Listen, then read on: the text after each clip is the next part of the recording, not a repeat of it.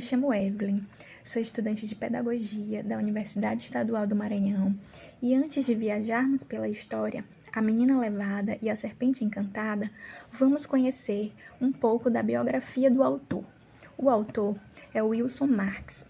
Ele é natural de Caxias, mas desde pequeno veio para São Luís, na capital, e cresceu aqui. Teve contato com diversas leituras, aventuras e também um contato direto com as expressões artísticas culturais da região. É formado em jornalismo pela Universidade Federal do Maranhão e em seus escritos, tanto os poemas, as crônicas, os contos, os livros da literatura infanto-juvenil, ele valoriza a cultura popular, em especial a cultura popular maranhense. Então, sendo um escritor que valoriza e divulga as manifestações culturais maranhenses em suas obras, na obra escolhida para apresentar neste vídeo, ele se inspira numa tradição oral da nossa cultura, que é a lenda maranhense da Serpente Encantada. Então, esse livro ele narra a história de uma personagem que é a Aninha, que é uma garota muito curiosa, teimosa, incisiva, ativa, que ao realizar um passeio escolar por um ponto histórico daqui de São Luís, que é a fonte do Ribeirão, ela recebe o alerta da professora para não entrar na fonte. E aí, a partir dessa proibição, Aninha ela vai entrar num universo de suspense. O aviso da professora estimula a curiosidade de Aninha e ela entra na fonte, assim mesmo, encarando de frente uma revelação assustadora que vai aparecer no decorrer da narrativa.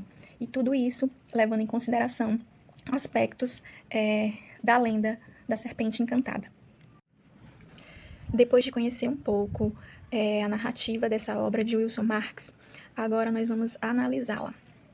Essa obra, ela apresenta uma estrutura textual em versos rimados. E esses versos rimados, eles são postos com uma linguagem simples, uma linguagem pertinente à segunda infância, ao final da segunda infância e da terceira infância, ali após os 6 anos de idade. Pois é uma estrutura que apresenta bastante texto, é um livro que apresenta bastante texto, então não é tão interessante para crianças muito pequenas. Ao apresentar esses versos rimados, essa obra proporciona um estímulo à consciência fonológica dessas crianças, porque a leitura ela é posta de forma ritmada, e esse ritmo, essa musicalização é atrativo para leitores iniciantes. Então, observa-se que o autor, Wilson Marques, ele faz uso desse recurso estilístico, da rima, como uma forma de envolver um público que está ali como leitor iniciante, assim como em processo, assim como leitores fluentes. Num dos trechos do livro, nós observamos o quanto esse recurso é atrativo. A visita de hoje é a uma fonte, que se chama Ribeirão, erguida faz muito tempo, na época da escravidão. Mas a professora diz, para todos tomarem cuidado, pois naquela fonte mora um animal encantado. Em relação ao tema da obra, é interessante observar que o autor Wilson Marques, ele, através do tema, valoriza tradições históricas e culturais, a lenda da Serpente Encantada e também pontos turísticos da região, no caso a fonte do Ribeirão. E a estrutura narrativa segue essa linha do suspense e da aventura, como uma forma de atrair esse público infanto-juvenil.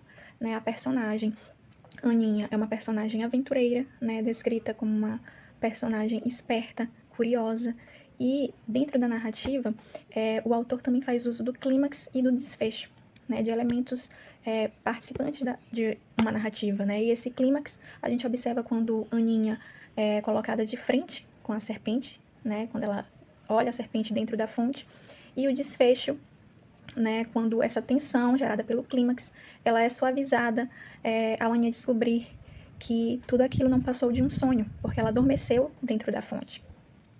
Nesse contexto, percebemos que Wilson Marques adota estratégias que geram estímulo a esse imaginário do público infanto-juvenil, né? Porque é um imaginário que é estimulado com a adoção de uma história que envolve um tema regional, que envolve um local físico de São Luís, e isso conecta o leitor, não só o leitor fluente, como o leitor que está em processo inicial.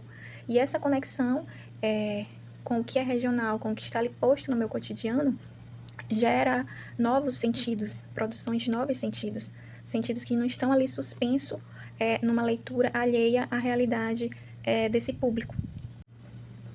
Além disso, também podemos observar que nessa obra, a parte gráfica, ela é muito interessante, porque ela apresenta elementos da diversidade, né, que são interessantes para as nossas escolhas enquanto profissionais da educação, né? Os personagens colocados são personagens diferentes. E também a ilustração, ela vem como complemento de sentido para o que é colocado no texto. E isso possibilita a construção de novos sentidos, né, que serão feitos pelas crianças ao terem contato, né? O texto por si só, ele carrega vários sentidos, mas as ilustrações nessa obra também são relevantes para a produção de novos sentidos. E aí, o que podemos tirar de tudo isso, né? Que ela é uma obra para deleite, uma obra para entretenimento e prazer, né? A leitura muito divertida, mas ela também pode passar uma mensagem, né? Que é a mensagem sobre os conhecimentos regionais, os conhecimentos históricos e culturais do nosso estado, da nossa cidade de São Luís. Ainda que o objetivo da literatura seja para o deleite, em algum momento ela se confronta com o uso pedagógico, ainda mais num contexto de escolarização. E uma sugestão para uso pedagógico da obra, aqui vista, é uma sequência didática para o segundo ano do ensino fundamental. Uma ressalva, essa obra ela pode ser trabalhada tanto na educação infantil, né, fazendo as adaptações adequadas, quanto nos outros anos do ensino fundamental, anos iniciais. A sequência didática aqui colocada, no primeiro ponto, temos a apresentação da obra, que pode ser feita através de uma contação de histórias. Num segundo momento, uma aula temática, apresentando questionamentos sobre o que é uma lenda, e também esse momento pode ser propício para, a partir do conhecimento prévio da turma, compartilhar outras lendas da cultura maranhense ou lendas brasileiras. Um outro momento que pode ser desenvolvido em sala de aula é a dramatização da própria obra, né? Um elemento lúdico interessante para se trabalhar em sala de aula. Em um outro momento, pontos históricos de São Luís podem também ser apresentados à turma, visto que na obra se fala da fonte do Ribeirão. Então é interessante também levar esses aspectos históricos e culturais da nossa região, né? Já se trabalhando ali com um tema integrador, a educação patrimonial, levando esse patrimônio material e imaterial para a sala de aula, né? Essa apresentação pode ser dada através de um recurso audiovisual ou uma visitação ao próprio Centro Histórico de São Luís. Num outro momento, pode ser estimulada a produção textual, como, por exemplo, uma história em quadrinho, né? As crianças podem construir sua própria lenda, recriar, né, a lenda da serpente encantada, criar um final alternativo. É uma estratégia muito interessante e lúdica.